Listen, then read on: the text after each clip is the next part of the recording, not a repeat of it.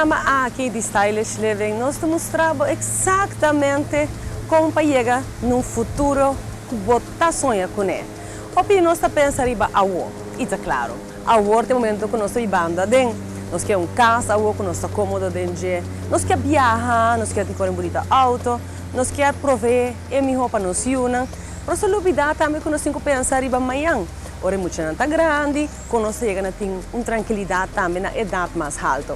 O programa de hoje mostra diferentes maneiras para chegar na combinação perfeita, utilizando um experto no território. Está mais claro que nada não está foolproof, mas utilizando ferramentas.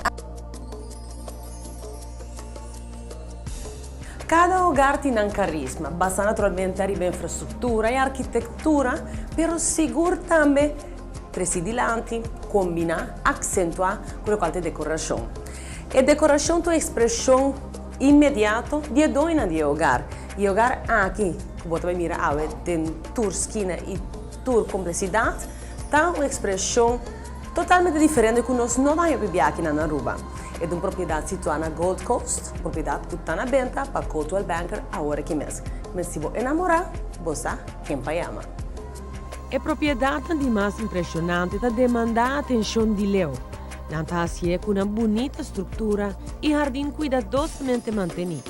A vila aqui, situada na entrada de Gold Coast, da onde a casa com mais presença. Chamativo de Turângulo, lleno de mata antrópico, que frame a casa, exibindo sua beleza arquitetônica.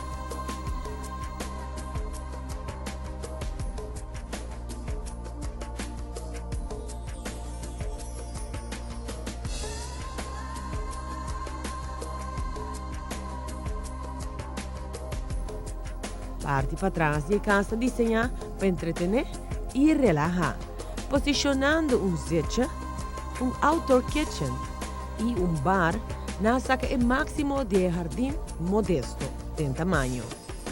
Com casa assim na cerca situada de Lama, o proprietário não estava a preferir de añadir um jacuzzi, 4 val no pátio, no lugar de uma piscina. E ora bom mira o efeito que estava em riba totalidade, botava que estava uma super ideia.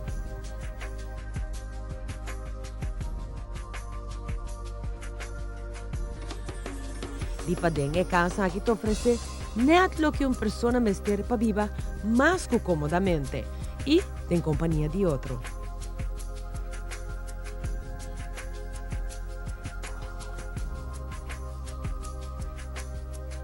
E de 2 pisos está designado para 3 dormitórios com um banho. E aqui a dona de casa não reserva um talento decorativo para expressar um gosto personal e um tique de Itália antigo.